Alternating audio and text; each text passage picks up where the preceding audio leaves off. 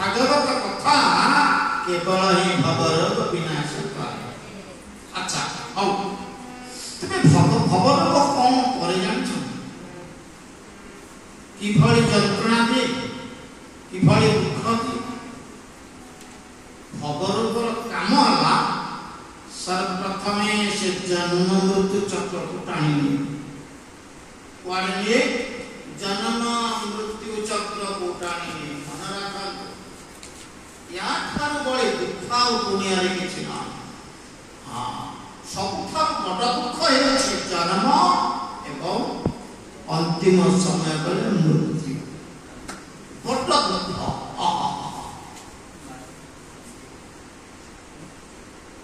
जुग व्यास मन रखत चारि जुग रे चारि जण होचंदी मुख्य व्यास सत्य जुग रे व्यास होचंदी ब्रह्मा तृतीय युग व्यास होचंती वशिष्ठ द्वापर युग व्यास होचंती कृष्ण गोपायन कलियुग आदि शंकराचार्य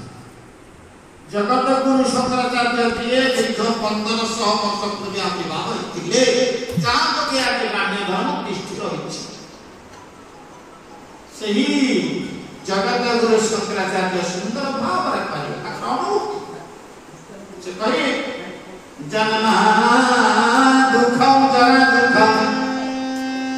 जया दुखम पुनः पुनः अंत काल महादुखम तस्मै जाग्रत जाग्रत। सर्वप्रथम जन्म है दुख कई महामनुष्य मान विभिन्न प्रकार का व्याख्या कर सेवा पर आलोचना करने दरकार नहीं। मनुष्य कांदे केते जेतले दुख आसे ना नहीं बाटरे जाउथिला बेले 2 किलो सुना मुंडाटा पाइला से कांदियो ना हसियो ना नहीं जदि झुंटी पड़ी गला अनियो तो बस तामाने सुख एवं दुख जेते जीव को दुख से छत वाले से कांदे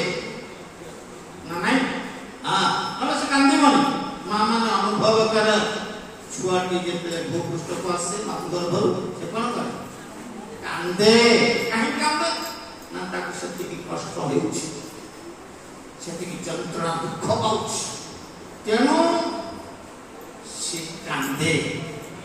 तेणु से होची दुख। तेणु जगत गुरु शंकराचार्य कहे जन्म दुखम ଆଉ କଣ କରିବେ ଜରା ଦୁଃଖം ଜରା କରିବେ ବୃଦ୍ଧ ଅବସ୍ଥା 75 ରୁ 100 ଭିତରେ ଯୋଉ ଅବସ୍ଥା ଆସେ ହାତ ଗୋଡ଼ ଚଳିବନି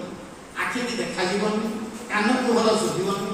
ପାଟିରେ ଯୋଉ 32 ଦାନ୍ତ ରହିବନି ଏ ଯାବତ୍ୟ ପ୍ରକାର जो जरा अवस्था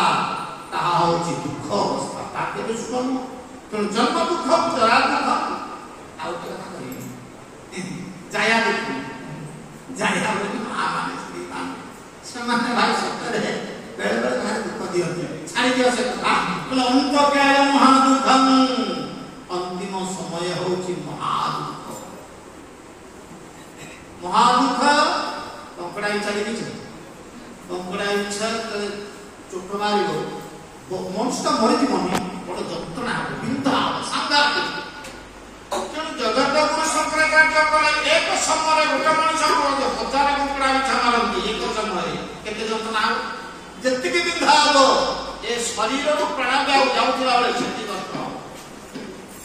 आउची महादुख तेणु प्राणीना मरण भय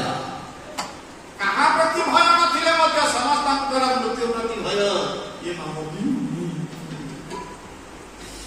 समस्तंकर दुख किंतु यार रे भीतर एक महामनुष्य मान अछन मरण को केते भय करती नाही भारी खुशी बन आओ जानी सुनी मत देह त्याग कर दियन काई काई 6 ମାସ ବ୍ୟବହାର କରିଛି ଗୋଟେ ଲୁଗା ଶାଢ଼ୀ ବା ପ୍ୟାଣ୍ଟ ସାର୍ଟ ହଳେ ଚୋରା ଆସିଲା ସେ ସେଟାକୁ ନେଇଗଲା ତାମାନେ କଣ ହବ ନୂଆ ଲୁଗାଟା ମିଳିବ କି ନାହିଁ ନା ନାହିଁ ନୂଆ ଲୁଗା ନା ସେ ଆଉ ବୁଲିବା ନା ବୁଝିବାକୁ ତ ତେଣୁ ପୁରୁଣା ଜିନିଷଟା ଯେତେ ଶୀଘ୍ର କହିବା କଥା ଯାଉ ମତେ ନୂଆ ଜିନିଷଟା ମିଳିବ ତାମାନେ ଏ ପୁରୁଣା ଦେହ ଚାଲିଗଲା ପରେ ମତେ ନୂଆ ଦେହ ଗୋଟେ ମିଳିବ ମହାମନୁଷ୍ୟ ମାନେ ମୃତ୍ୟୁକୁ କେବେ ଭୟ କରନ୍ତି ନା ବରଂ ଯେତେ ଶୀଘ୍ର ଆସୁଛି ସେତେ ଶୀଘ୍ର ହଉ ବୁଝି ହଉଛି ତେଣୁ ଅନ୍ତର୍କାଳ ମହାଦୁଃଖ ତସ୍ମୈ ଜାଗ୍ରତ ଜାଗ୍ରତ ପୂର୍ବରୁ ଆମେ ଜାଗ୍ରତ ହେବା ଦରକାର ସାବଧାନ ହେଇଯିବା ଦରକାର ସଚେତନଶୀଳ ହେଇଯିବା ଦରକାର ଯାହା ହଉ ତେଣୁ ଏ ହଉଛି ଖବରର ଗ୍ରାମ ଖବର କଣ କରେ ନା ଜନ୍ମ ମୃତ୍ୟୁ ଚକ୍ରକୁ ନେଇ ଯାଏ ଆଉ ଗୋଟେ କଥା ଖବର ଆଉ କଣ କରେ ଭଲ କଥାଟେ କରେ ନା ବୁଝିଯାଉଛି ଗୋଟେ ରୋଗ ଅଛି ହେଲା ସେ ରୋଗଟା ଆପଣ ଜାଣିଛନ୍ତି ତା ନାଁ ହଉଛି ପଣ୍ଡୁ ରୋଗ ପଣ୍ଡୁ ରୋଗ ବୋଲେ କଣ ନା କୁଣ୍ଡିଆଣି ରୋଗ ବୁଝିଯାଉଛି ମାନେ କଣ ଆମ ହାତରେ ହଉ ଗୋଡରେ ହଉ ଦେଖିବା ଜାଗାରେ ହଉ ଗୋଟେ ଚାକୁ ହେଲା କୁଣ୍ଡିଆଣି ଚାକୁ ହେଲା ଚାକୁଟା ବେଳେ ବେଳେ କଣ ହବ ନା କୁଣ୍ଡେଇ ହେବ ତେଣୁ ତାକୁ କଣ କରିବା ମଣିଷ କୁଣ୍ଡେଇବାକୁ ଲାଗିବ ନା ନାଇଁ କି କୁଣ୍ଡେଇଲା ବେଳେ ସୁଖ ଲାଗିବ ନା ଦୁଃଖ ଲାଗିବ ଭାରି ମଜା ଲାଗୁଥିବ ଯେତିକି କୁଣ୍ଡଉଥିବ ସେତିକି ମଜା ଲାଗୁଥିବ ପୁଣି କିଛି ସମୟ ପରେ କୁଣ୍ଡେଇ କୁଣ୍ଡେଇ କଣ ହବ ସେ ଜାଗାଟା ରକ୍ତାକ୍ତ ହେଇଯିବ ରକ୍ତାକ୍ତ ହେଲେ କଣ ନା ପୋଡ଼ିବ ବୁଝିଲା ନା ଜୋର ସେ ପୋଡ଼ିବ ବୁଝି ହଉଛି ତେଣୁ ସେ ଚାକୁ ରୋଗଟା କଣ କଲା ନା ଆଗ ସୁଖ ଦେଲା ପରବର୍ତ୍ତୀ ସମୟରେ ଦୁଃଖ ଦେଲା ସ୍ୱାଦ ଭିତରେ ଯେ ଆମକୁ ପ୍ରଥମେ ସୁଖ ଦେଇ ପରବର୍ତ୍ତୀ ସମୟରେ ଦୁଃଖ ଦିଏ ତାହାର ନାମ ହେଉଛି କଣ ଭବରୋଗ ତାର ନାଁ ହେଉଛି ଭବରୋଗ ଭବରୋଗ ପ୍ରଥମେ ସୁଖ ଦିଏ ପରବର୍ତ୍ତୀ ସମୟରେ ଦୁଃଖ ଦିଏ ତେଣୁ ଏ କଥା ମଣିଷ ବୁଝିପାରେ ନାହିଁ ଯାହା ହଉ ଏ ଭବରୋଗରୁ ମୁକ୍ତି ଲାଭ କରିବା ପାଇଁ ହେଲେ କଣ ଆମକୁ ଆବଶ୍ୟକତା जहाँ व्यास महामुनि व्यास कहे